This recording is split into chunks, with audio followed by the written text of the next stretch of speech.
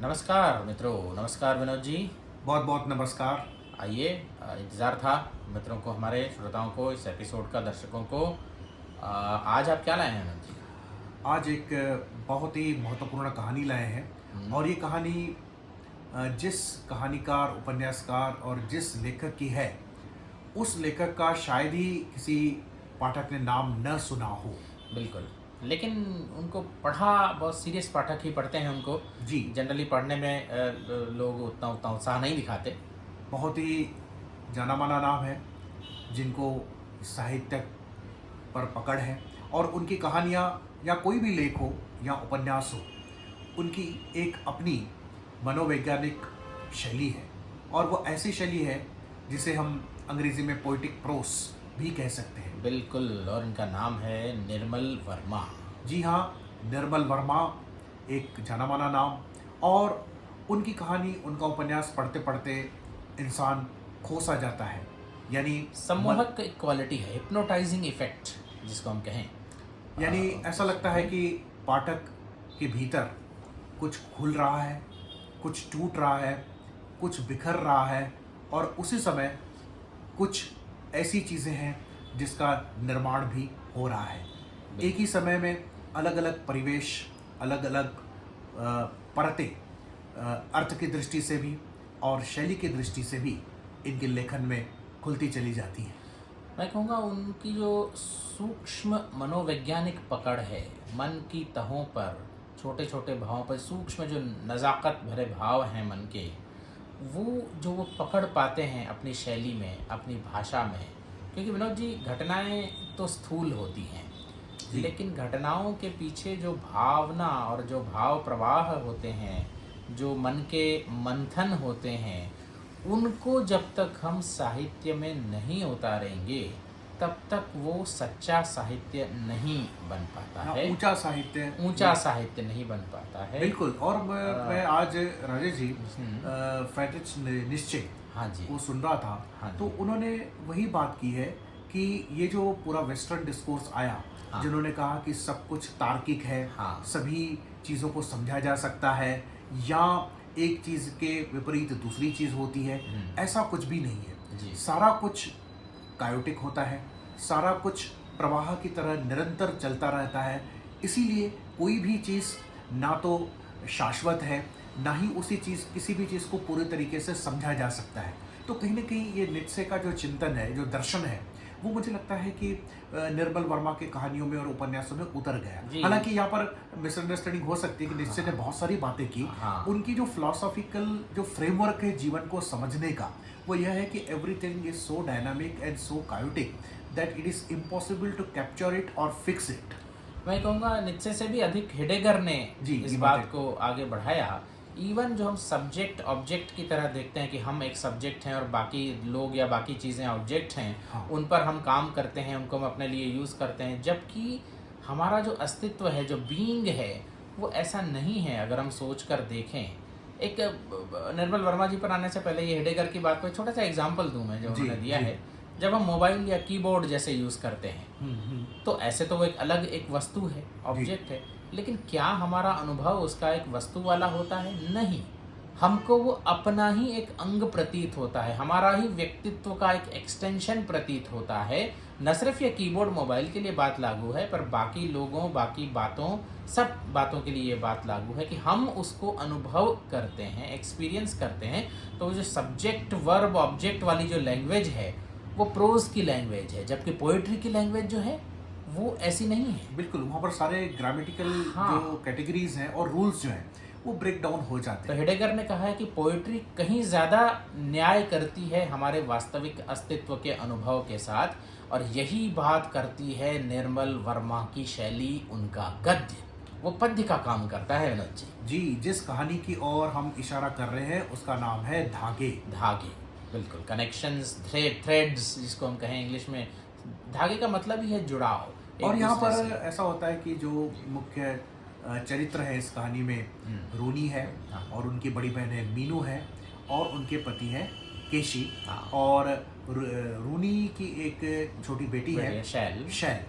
अब यहाँ समझने के लिए हम बता दें कि रोनी का अपने पति से संबंध विच्छेद हो विच्छेद चुका हो है। चुका है या सेपरेशन तो हो ही चुका है, वो और- जबलपुर से यहाँ आ गई है। बिल्कुल, और वो एक वर्किंग वुमन के हॉस्टल में रहती हैं और शैल को अपनी बड़ी दीदी मीनू के पास छोड़ रखा है। जी। अब इसमें घटनाएं कुछ नहीं होती।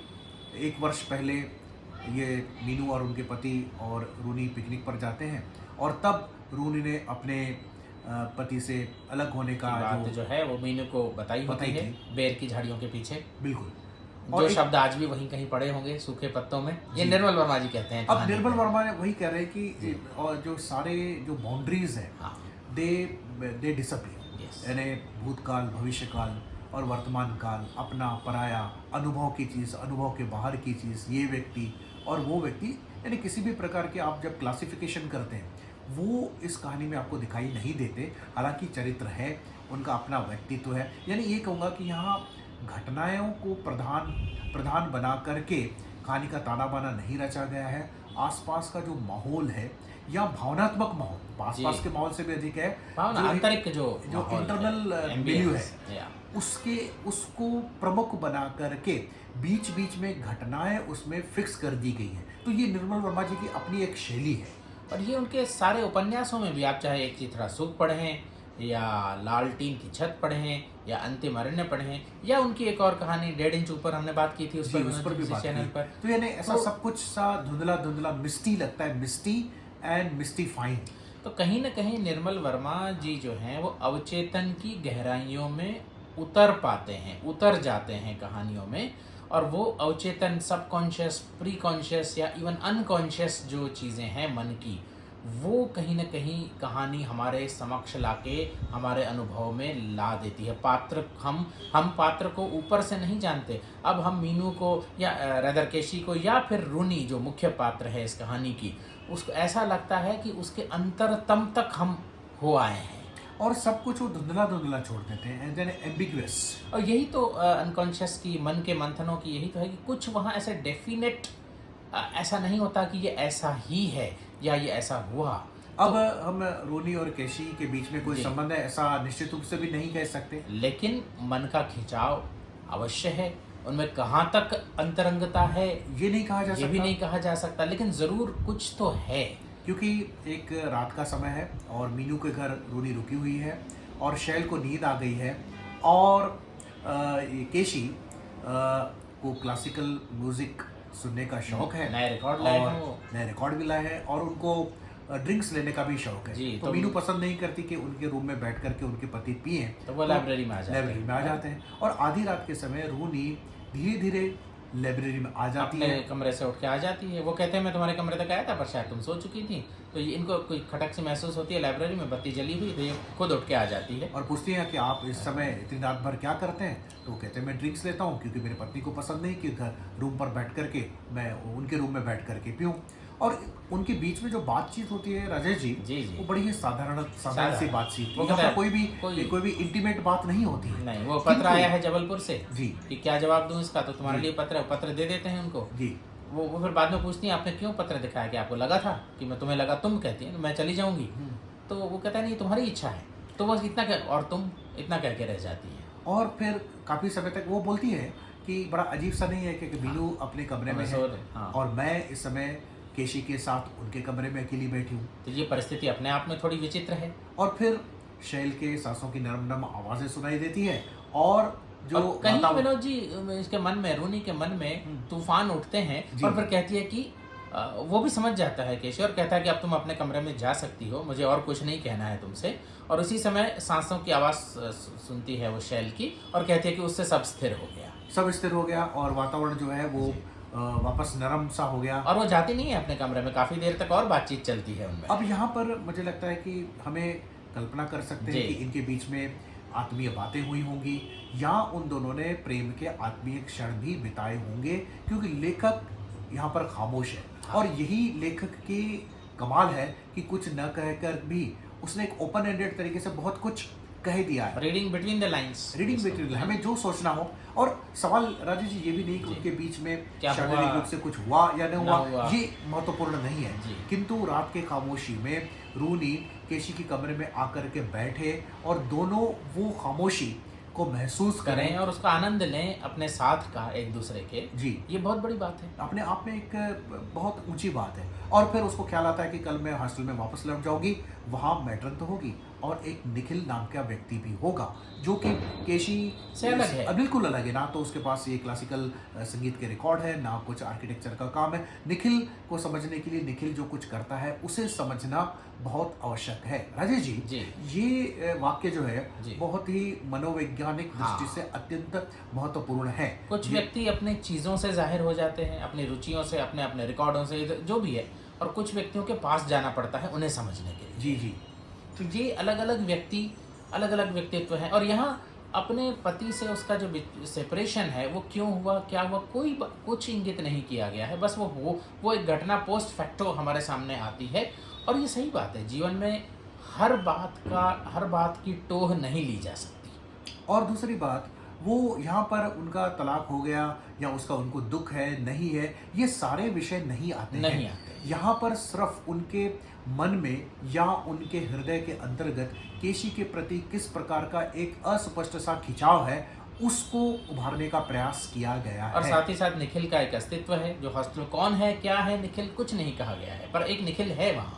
और धागे, इस शीर्षक का औचित्य अगर हमको समझना है तो हमें अपने आसपास के व्यक्तियों और चीजों के साथ जुड़ के रहना पड़ेगा, ना कि भूतकाल के साथ। Let the dead lie in peace, जो एक चौकीदार के मुंह से है ना, कहलवाई गई है। भूतकाल से बाहर आकर के आसपास हमें वर्तमान के धागों से जुड़ना पड़ेगा। चाहे केशी उसके जीजा लगते हैं, किंतु फिर भी उसके भीतर कहीं ना कहीं उसके प्रति एक खिंचाव है। हॉस्टल में जब रहती है तो वहाँ कोई निखिल नाम का व्यक्ति है। ये मीनू को भी बातें पता है। जी ये हाँ। इंगित किया गया है कि मीनू भी शायद सब कुछ जानती है जो मेरे और केशी के बीच है, पर वो कहती नहीं, ऐसा भी कुछ इंगित किया बिल्कुल, गया क्योंकि वो बड़ी बहन है और छोटी बहन को दुख हो शायद, इससे वो कुछ कहेगी नहीं। और एक और भी मनोवैज्ञानिक सेंटेंस आता है, वो जब मीनू की तरफ देखती है तो उसको वो कहती है कि मीनू लगता नहीं कि मुझसे बड़ी हैं, लेकिन मैं ऐसा नहीं लगता कि मैं उनसे छोटी हूँ। और मीनू एक जगह खड़ी है और मैं छोटी से बड़ी होती जा रही हूँ, उनसे आगे निकल। तो ये एक मीनू स्थिर है अपनी अवस्था में। जी बिल्कुल। तो या हो सकता है मीनू को कुछ पता हो, मीनू को कुछ पता ना हो, क्योंकि कुछ भी स्पष्ट नहीं है। और मुझे लगता है कि राजेश जी, जहाँ भी कोई स्पष्टता आ जाए तो वहाँ उसका जादू समाप्त हो जाता है। जादू तभी होता है कुछ दिखाई दे, कुछ दिखाई ना दे, कुछ समझ में आए और कुछ समझ में ना आए। आज जो ये ना स्टीफन वेस्ट भी वही बात कर रहे थे, बड़े फिलोसॉफिकल चैनल चलाते हैं, कि ये वेस्टर्न लोगों ने क्या किया है, हर चीज को रैशनल और लॉजिकल बना दिया है। और इसलिए वो जिंदगी का आनंद समाप्त सा हो गया है। और देखिए, वो जो पुलोवर है, स्वेटर है, उसका काफी सारी देर तक उसके गोद में हाथों के ऊपर पड़े रहना, जब दिखाती है मीनू की बुन रही है स्वेटर उसके लिए, तो केशी के लिए, तो उसका भी एक प्रतीकात्मक महत्व है जी। काफी देर तक पड़ा रहता है। बिल्कुल। अब ये जो धागे हैं विनोद जी, जैसे पुरानी घटना है कि बचपन में डरा करती थी अंधेरे में, वो हॉस्टल में जब रहती थी वो लाइट जला लेती थी मैट्रन को प्लीज प्लीज कह के, और आज भी वो बत्ती जला के सोती है।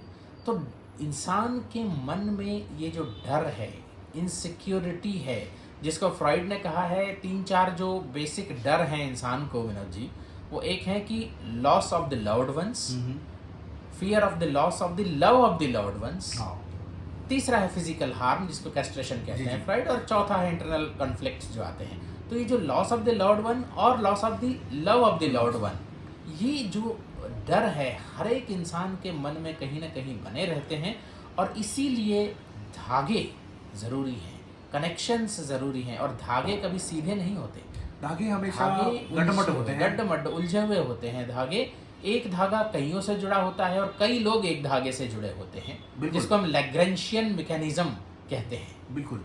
तो ये कहानी अपने आप में बहुत ही सुंदर कहानी है। जैसा मेरा एक शेर भी है विनोद जी, जिस तरह का निर्मल वर्मा जी बुनते हैं ताना बाना, और जो एम्बियंस उत्पन्न करते हैं, और जो मन के मंथनों की बात जो करते हैं, तो वही बात है कि निशा के मंथनों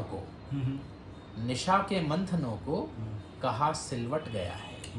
बिस्तर की एक सिलवट हो तो कितने निशा के मंथन उसके पीछे छिपे होते हैं, ये आप समझ सकते हैं और आप एंजॉय कर सकते हैं। निर्मल वर्मा जी, जिन्होंने निर्मल वर्मा को नहीं पढ़ा वो पढ़ना प्रारंभ करें, और जो पढ़ते आ रहे हैं और उनकी अलग अलग रचनाओं को पढ़ें। बिल्कुल। और अपने ओपिनियंस, अपनी राय इस चैनल के बारे में और खास करके इस चर्चा के बारे में ज़रूर हमारे साथ बांटते शेयर रहें। करें। आपसे अनुमति डॉक्टर विनोद आसवानी को इजाज़त दीजिएगा। और मुझे राजेश आसुदानी रकीब को इजाज़त दीजिए। नमस्कार। नमस्कार।